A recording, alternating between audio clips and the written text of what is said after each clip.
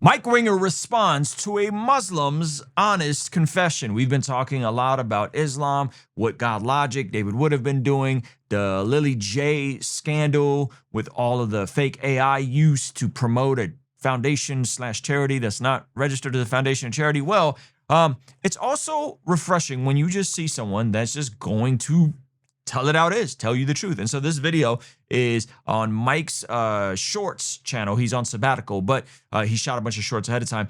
And I found this extremely fascinating because when someone tells you who they really are, when someone shows you who they really are, I think it's wise to believe them. All right, let's jump into this video. We don't say that Islam is here to live, to coexist with lots of different religions. I want you to listen to this guy. This guy is giving us what Muslims really say behind the closed doors and inside of the mosques, but you don't hear when they're in public because they know it's telling us too much. It's interesting that Mike says this and what he's about to say next, because this, I believe, is a form of taqiyya. Taqiyya is a term meaning precautionary dissimulation, operating primarily within Shia Islam, which permits a Muslim to conceal their faith or outwardly conform to avoid severe persecution, death, or imminent harm. It is rooted in Islamic tradition that prioritizes self-preservation over martyrdom when faced with moral danger, okay?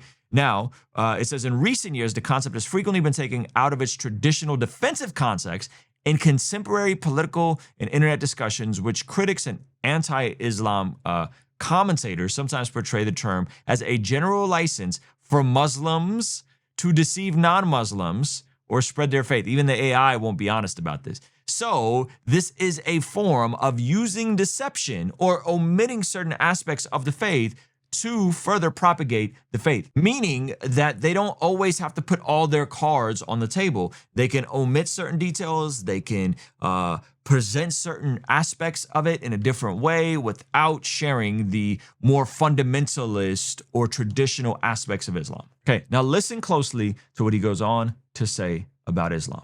And all of us can just hold hands and be friends. This religion has been sent to dominate. This religion has been sent to dominate. So when people were like, oh, Ruslan, Sneeko is just trolling, it's just rage bait. Well, when their own scholars are saying the same things that he is saying as a quote unquote troll, maybe it's not just rage bait. Maybe he knows that it's going to get clip farmed, but maybe he's actually saying the quiet part out loud. To wipe out, to have the people leave every religion and to accept Islam.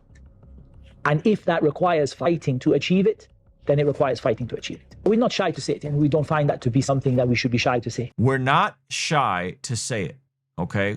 Well, sometimes they are shy to say it. This is what Mike's about to break down for us next. They're usually shy to say it for good reason. What they're saying here, let's be very, very clear. His agenda is everybody has to become Muslim, and it's okay to use violence to force them to become Muslim. And yes, this has happened historically many, many, many times. And it is the normal operating procedure. See, if a Christian uses violence in the name of Christ to try to convert someone to Christianity, all the other Christians go, this is not the way. This is not Jesus's way. This is not consistent with scripture. This is wrong and evil. That does not represent Christianity. When a Muslim does it, you go, this is the way. Now, why is this the way? Well, because it's the way that their prophet spread the religion. He spread it with a sword through conquest. Jesus didn't use that. Jesus allowed himself to be taken to the cross and then prayed for the people that were crucifying him. It's an absolute inverted view of how we are to function as followers of God, followers of Yahweh, right? We serve in an upside down kingdom. In Luke chapter 22, verse 25, Jesus is at the Last Supper with his disciples, and he says to them, the kings of the Gentiles lord it over them, and those who exercise authority over them call themselves benefactors. But you are not to be like that. Instead, the greatest among you should be like the youngest, and the one who rules like the one who serves. For who is greater, the one who is at the table or the one who serves? Is it not the one who is at the table, but I am among you as one who serves? Now, Jesus also washes the disciples' feet. At the Last Supper, he also institutes communion at the Last Supper. And he is saying, hey, based on my demonstration, this is how you are to conduct yourself. Now, if we use our trusty Logos Bible software, we jump into the original Greek. Let's look up this word greatest, okay? Megas. Megas, right? Great, loud, big. It's used in a variety of different contexts, greater, louder, high. And then we can go here and see the etymology, the root word, the senses of the word. And down here, we can see all the times that this word is used. By the way, Logos is giving all you guys a free 60-day trial. You should absolutely get Logos. It's amazing. I do my daily Devo in there. I do the Bible in 2-year plan, which is a plan I develop 5 days a week. Do it every day in there.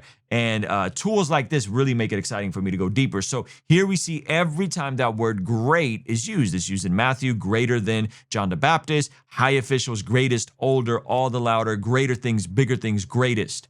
Okay. And so Jesus is saying, hey, if you want to be great, if you want to be someone that makes an impact, if you want to be someone that has stature or status like you see in the world, you're supposed to do the opposite. You're actually supposed to serve, right? Where Islam, it is a religion of dominance. It is a religion of conquest. It is a religion of might is right. And we've seen this from the founding of religion to what's happened throughout recent history with it consistently agitating neighbors around it, even killing their own different sects, and then crying victim whenever it's called out. And so I always appreciate when the Muslim will say the quiet part out loud. Yeah, it's a religion of conquest. Yes, we're here to dominate. Yes, we're going to force everybody to become Muslim. And the sneakos and the pop Muslims that are like, oh, it's rage bait. When we yell Allah Akbar, we're just trying to troll people. We're just trying to clip farm.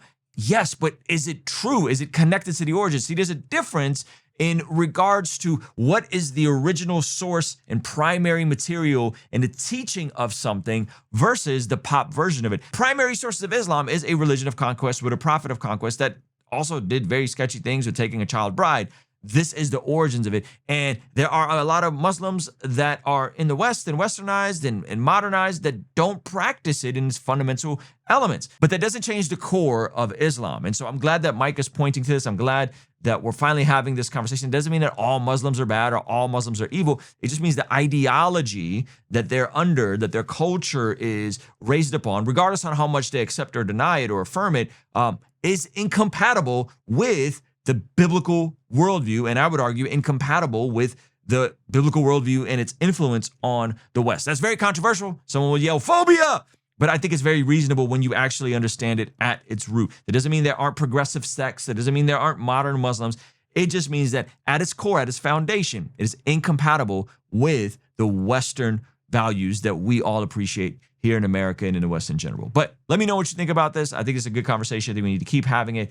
I'm grateful to see where all this goes. All right, I'll see you guys on the next one. Peace. Hey, real quick, here's something every follower of Jesus can lock arms on. I've always said it's better to be known by what we're for instead of by what we're against. So what if we became known as the people who show up for women in crisis, the people who protect vulnerable children, the people who are the hands and feet of Jesus when someone feels scared, abandoned, and alone?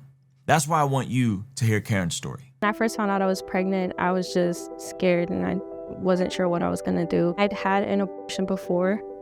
It was a really painful experience emotionally. The panic just kind of set in, and at the time I was like struggling a lot, like financially. The father of my baby didn't want to be involved. He telling me that he didn't want the baby. I already kind of knew that it didn't really seem realistic for me to keep the baby. So when I came in, they took me into a room and they just kind of talked to me about the situation, like asked me what was going on.